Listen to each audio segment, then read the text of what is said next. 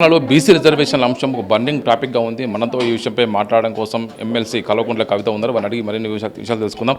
Madam చెప్పండి, ప్రధానంగా 72 గంటల దీక్షకు సంబంధించి మీరు తెలంగాణ సమాజానికి ఏం చెప్పదలుచుకున్నారు? అంటే ప్రధానంగా ఒకటండి, తెలంగాణలో ఎప్పుడైనా కూడా ప్రజలు సామాజిక న్యాయం కోసం పోరాడే వాళ్ళకు మద్దతుగా నిలుస్తూ వచ్చినారు. ఏ పార్టీలు అయితే సామాజిక న్యాయం ఎజెండా తీసుకునే వాళ్ళకి మద్దతు ఇస్తూ వచ్చినారు. అందులో ఒక మేజర్ ముందడుగు బీసీలకు రిజర్వేషన్ రావడం ద్వారా సాధ్యమవుతుందని నేను నమ్మాను. నాతో పాటు యునైటెడ్ పూలే ప్రింట్ అనే ఆర్గనైజేషన్ని స్థాపించుకొని తెలంగాణ జాగృతి యూపీఎఫ్ అనేక ఉద్యమాలు చేస్తున్న విషయం మీకు తెలిసిందే. దీనిలో మధ్యలో మేము పెట్టినటువంటి అనేక ఒత్తిళ్లకు తల ఒగ్గి ఒక పక్క 2018 పంచాయతీరాజ్ బిల్లును సవరించి ఆర్డినెన్స్ తీసుకొచ్చిండ్రు. ఇంకొక పక్క 42% బీసీల కోసం 2 బిల్లులు పెట్టి అసెంబ్లీలో పాస్ చేయడం జరిగింది. ఈ 2 కూడా ఇవాళ భారతీయ జనతా పార్టీ ఆపుతుంది. ఒకటి గవర్నర్ గారు ఆర్డినెన్స్ని ఆపుతుంది, ఇంకోటి రాష్ట్రపతి గారి దగ్గర బిల్లు అసెంట్ను కూడా ఆపుతున్నారు. ఎందుకు ఆపుతున్నారు? వాళ్ళు కాంగ్రెస్ పార్టీ స్పష్టత ఇస్తలేదు కాబట్టి ఆపుతున్నారు. సో ఈ మొత్తం అంశంలో కాంగ్రెస్ కానీ బీజేపీ కానీ ప్రజలను మోసం చేస్తూ ఉన్నాయి కాబట్టి వాళ్ళిద్దరి వైఖరిని కూడా బీసీ బిడ్డలకు, ఓవరాల్గా తెలంగాణ బిడ్డలకు తెలియజేయాలి. కాబట్టి 72 గంటలు నీళ్లు తాగకుండా, అన్నం తినకుండా మేము సత్యాగ్రహం చేయబోతూ ఉన్నాం. దానివల్ల ఈ 2 పార్టీల మీద ఒత్తిడి పెరుగుతుందని చెప్పి నేను మనస్ఫూర్తిగా నమ్ముతున్నాను. ఎందుకంటే ఎప్పటి నుంచి అయితే మేము ఈ అనౌన్స్మెంట్ చేసామో అప్పటి నుంచి ప్రతి జిల్లా నుంచి, ప్రతి గ్రామం నుంచి కదలి మేము వస్తాము మీ సత్యాగ్రహానికి అని చెప్పి అనేక మంది చెప్తా ఉన్నారు. సో ఆ ప్రజా మద్దతును మేము కూడగట్టడానికే ఈ దీక్షను చేస్తున్నాం. దీని ద్వారా అన్న 2 పార్టీలు బుద్ధి తెచ్చుకొని తక్షణమే బీసీ బిల్లు పాస్ చేయాలని కోరుకుంటున్నాం. ఒకవైపు మీరు గత 2 సంవత్సరాలుగా అనేక రౌండ్ టేబుల్ సమావేశాలు పెట్టారు, మీటింగ్లు చేశారు. బీసీల ఇష్యూలో కామారెడ్డి డిక్లరేషన్ మీరు అమలు చేయాలని డిమాండ్ చేశారు. ప్రభుత్వం దిగి వచ్చింది, బిల్లులు చేసింది. ఇప్పుడు ట్రిపుల్ టెస్ట్ కోసం అన్ని రకాల ఎజెండా ముందు పెట్టింది. కానీ ఇప్పుడున్న పరిస్థితుల్లో కేంద్ర ప్రభుత్వం దీనికి సంబంధించి వైపు అనుకూలంగా వివరిస్తుందని మీరు భావిస్తున్నారు? కేంద్ర ప్రభుత్వం అనుకూలంగా వ్యవహరించాలంటే ప్రజా ఉద్యమాల నిర్మాణం జరగాలి. ప్రజా ఉద్యమాల నిర్మాణం జరిగింది కాబట్టి కేంద్ర ప్రభుత్వం ఇలా కులగణనకు ఒప్పుకుంది దేశవ్యాప్తంగా.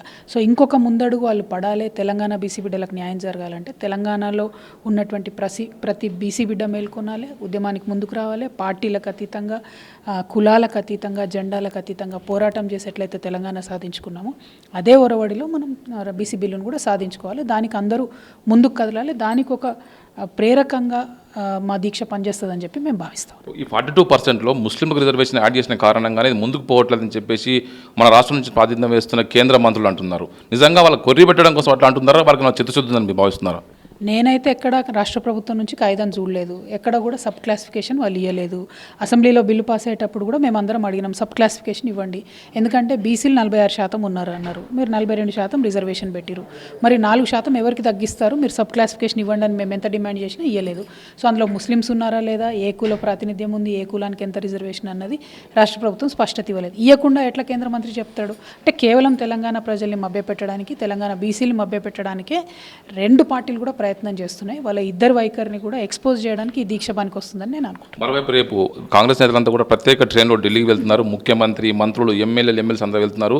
వారు ఓపెన్గా అందరూ కూడా ఈ బీసీల కోసం కలిసి వచ్చి ఎమ్మెల్యేలు కలిసి రావాలని చెప్పేసి ఓపెన్గా వారు పిలుపునిస్తున్నారు తప్ప ఎవరికి వ్యక్తిగతంగా చెప్పే పరిస్థితి లేదు. ఇట్లా కాంగ్రెస్ పార్టీ ఎందుకు ఇలా చేస్తుంది అనుకుంటున్నాను?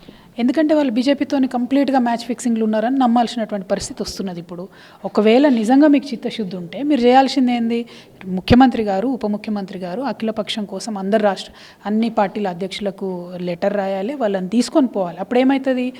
కేంద్ర ప్రభుత్వం మీద ఒత్తిడి ఉంటుంది. తెలంగాణలో ఉన్న అన్ని రాజకీయ పక్షాలు కూడా బీసీ బిల్లుకు మద్దతు ఇస్తున్నాయి కాబట్టి మాకు ఇబ్బంది అవుతుంది అనే ఫీలింగ్ కేంద్ర ప్రభుత్వం రావాలంటే ఇలా అట్లా చేయాలి. కానీ అట్లా చేయకుండా కాంగ్రెస్ పార్టీ తరఫున మేము ట్రైన్లు పెట్టినాం, మేము ప్లేన్లు పెట్టినాం, మీరు రాండి అంటే ఎందుకు వస్తారు, ఎవరు వస్తారు? అది కరెక్ట్ పద్ధతి కాదు. అంటే చిత్తశుద్ధి లేని శివపూజలాగా కాంగ్రెస్ పార్టీ వైఖరి కనబడుతుంది. వారి వైఖరిని ఎక్స్పోజ్ చేయడానికి కూడా మా దీక్ష పనికొస్తుంది. పార్లమెంటు వర్షాకాల సమావేశాలు జరుగుతున్నాయి, వీళ్ళు ఢిల్లీకి వెళ్ళి దీక్ష చేయబోతున్నారు. కాంగ్రెస్ పార్టీ అగ్రనాయకత్వానికి మీరు ఏం డిమాండ్ చేస్తారు? అంటే ప్రధానంగా ఒకటండి, ఉన్న 3 గాంధీలు కూడా పార్లమెంట్లో ఉన్నారు. ఒకళ్ళు రాజ్యసభలో, 2 లోక్సభలు ఉన్నారు. వాళ్ళిద్దరు ఏనాడు కూడా తెలంగాణ పక్షాన మాట్లాడలేదు, తెలంగాణ బీసీల పక్షాన మాట్లాడలేదు. మా ప్రధాన డిమాండ్ ముందు ఈ 3 గాంధీలు తెలంగాణ బీసీల గురించి మాట్లాడాలి. 2 రాష్ట్రపతి గారిని సోనియా గాంధీ గారు అపాయింట్మెంట్ అడిగితే ఇవ్వకపోయే ప్రసక్తే ఉండదు. వారు అపాయింట్మెంట్ అడగాలి. మొత్తం తెలంగాణలో ఉన్న అఖిల పక్షాన్ని తీసుకెళ్లి రాష్ట్రపతి గారి మీద ఒత్తిడి తీసుకురావాలి, బిల్లు పాస్ చేయించాలి. ఇవి పక్కన పెట్టి మీరు జంతర్ మంతర్లో కూర్చొని ఎన్ని డ్రామాలు చేసినా, ఎన్ని స్పీచ్లు ఇచ్చినా, ఎన్ని ఊకదంపుడు ఉపన్యాసాలు ఇచ్చినా ఎక్కడ ఏం కాదనే విషయం తెలంగాణ ప్రజలకు ఇప్పుడు అర్థమైపోయింది. మీరు చేస్తున్న దీక్షకు సంబంధించి తెలంగాణ సమాజాన్ని మద్దతు ఇవ్వాలని కోరుతారు? 100% అండి. మేము ఆల్రెడీ దీక్ష అనౌన్స్ చేసిందే తెలంగాణ బీసీ బిడ్డల మద్దతుతోని అనేక మంది మేధావులతో మాట్లాడిన తర్వాత, అనేక మంది న్యాయ నిపుణులతో మాట్లాడిన తర్వాత, చర్చించిన తర్వాతనే దీక్ష అనౌన్స్ చేసినాం. కాబట్టి వారి మద్దతు ఉంటుంది. ఇంకా కూడా కలిసి వచ్చే వారందరినీ రమ్మని చెప్పి కూడా మేము అందరికీ కూడా లేఖలు రాసినాం. నిన్న ఆర్ కృష్ణయ్య గారు, ప్రొఫెసర్ కాసిం గారు ఇట్లా అనేక మంది కూడా వారి మద్దతు చెప్పడం జరిగింది. వక్లాభరణం కృష్ణమోహన్ గారు ఇట్లా అనేక మంది కూడా మద్దతు చెప్పారు. ఇంకా కూడా చాలా మందికి లెటర్స్ రాస్తున్నాం, మద్దతు కూడా కడతాం. Thank you madam. ఖచ్చితంగా బీసీ రిజర్వేషన్ సంబంధించి సాధించే వరకు పోరాడతామని చెప్పేసి ఎమ్మెల్సీ కవిత అంటున్నారు. కలిసి వచ్చే బీసీ సమాజం అంతా తనతో పాటు కలిసి రావాలి, పోరాడడానికి కలిసి మాతో పాటు రావాలని చెప్పేసి ఆమె కోరుతున్నారు. కెమెరామెన్ సిద్ధుతో A Y Swamy, I news, Hyderabad.